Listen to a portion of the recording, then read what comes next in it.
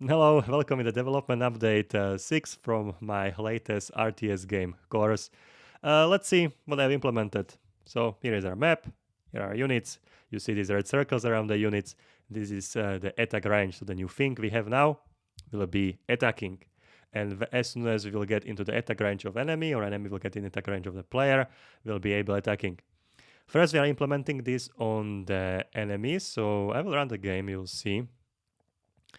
As soon as I will move with my unit close to the goblin, the goblin will start chasing me. All right, it will be nicely avoiding obstacles and everything. And as soon as it will get close to me, it will be attacking.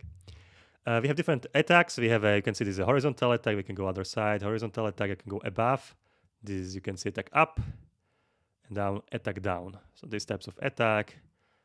Okay, pathfinding works. You see we are avoiding the obstacles. And yeah, that's from the last update. That's a new feature. They are able. Then we have enemies. They are able to chase us. The next plan is to implement damage. So the enemies will be able to apply the damage to the player. Also, players apply the damage to the enemy. So there will be fighting system in place. It will be displaying the floating number. So we'll see the actual damage. So when the enemy will attack the player, you'll see the number 10 of the damage that was dealt to the player. When the player will attack the enemy, there will be some damage applied. I don't know, I will set, let's say, 15 and so on. Then we'll have a towers will be shooting projectiles. And the warriors will be just watching because the workers will be watching because the workers don't have damage.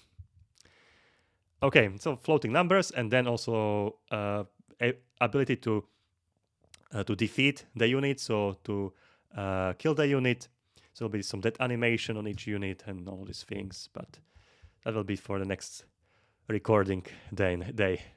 Okay, so that's from the development update number 6. See you around.